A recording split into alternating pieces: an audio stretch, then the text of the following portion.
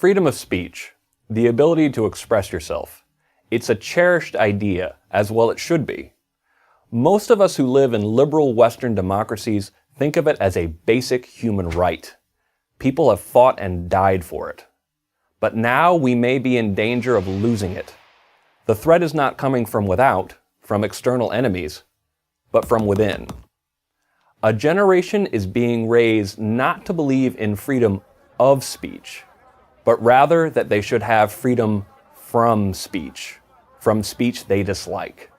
This is a threat to both pluralism and democracy itself. We see this in Europe, where sensitivity-based censorship attempts to ban anything deemed hateful or even just hurtful, and to ban criticism of religion, especially Islam. But the United States, despite its strong constitutional protections in the Bill of Rights, is far from immune from the rising trend of suppression of speech, or what is sometimes called political correctness. This is especially true at America's colleges and universities, the place where our future leaders are educated and where you'd expect speech to be the most free. Highly restrictive speech codes are now the norm on campus, not the exception.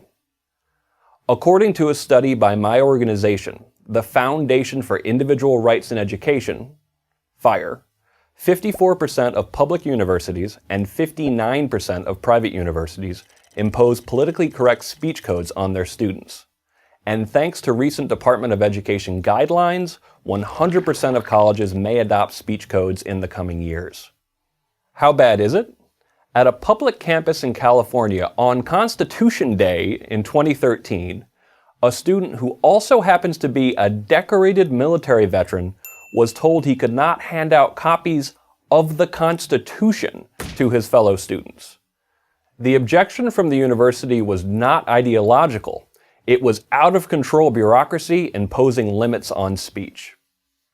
That same day, another college student in that same state was told he could not protest NSA surveillance outside of a tiny free speech zone, an area that comprised only 1.37% of the campus. Months later, college students in Hawaii were told both they could not hand out the Constitution to their fellow students, and that they could not protest NSA policies outside the school's free speech zone. FIRE took these colleges to court, but the fact that we had to shows you how bad it has become. Recently, students and sympathetic faculty have joined forces to exclude campus speakers whose opinions they dislike. At FIRE, we call this disinvitation season, although the season lasts all year round. Since 2009, there has been a major uptick in the push by students and faculty to get speakers they dislike disinvited. These speakers have included former Secretary of State Condoleezza Rice, the Somali-born feminist and critic of Islam, Ayaan Hirsi Ali, and the director of the International Monetary Fund, Christine Lagarde. And that's only the obvious part of the disinvitation problem. Few conservative speakers are invited to speak at colleges lest they have to be disinvited later. The newest threat to speech comes from so-called trigger warnings, alerts that warn students that they are about to read or hear something that triggers a negative emotional response. A 2014 New York Times article cited the example of a Rutgers student requesting trigger warnings for the classic American novel The Great Gatsby because it, quote, possesses a variety of scenes that reference abusive, misogynistic violence, unquote. Recently, Oberlin College attempted to institute a policy that heavily encouraged the faculty to avoid difficult topics and to employ trigger warnings as a means of making classrooms safer. Safety has been watered down to essentially mean the right to always feel comfortable. New demands for trigger warnings are popping up on campuses across the country.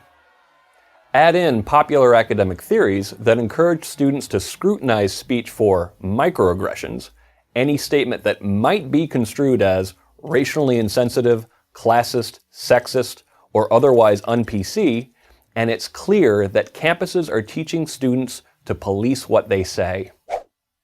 This is precisely the opposite of what is needed.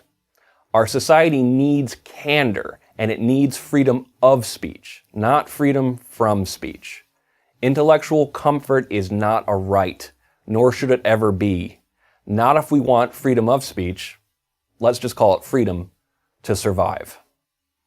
I'm Greg Lukianoff, president of the Foundation for Individual Rights in Education for Prager University. To subscribe to our YouTube channel, click here. To help keep our videos free, donate here.